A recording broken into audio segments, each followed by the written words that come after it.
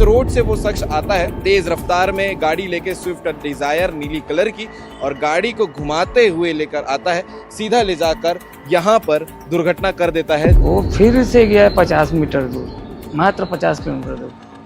और U turn मारा, एकदम स्पीड में आया और जहाँ हम लोग खड़े थे वहीं पे पूरी कार को दुकान के अंदर शटर तक घुसा दिया था। जो है पुलिस विभाग में काम करने वाले कर्मचारी यहाँ रहते हैं, ऐसे जगह पे ऐसी दुर्घटना होना कितनी बड़ी बात है ये आप खुद जानते होंगे। पूरा नशे के चक्कर में, और 3 बार कंप्रोमाइज करने के बाद लास्ट टाइम भी वो आदमी नहीं माना, और लास्ट टाइम में उसने जो वीडियो के हिसाब से आप देखेंगे पूरा जान से मारने की नियत से ही आया था कि हम जहाँ खड़े वहाँ भी कार घुसा दिया जहाँ कार घुसने की जगह।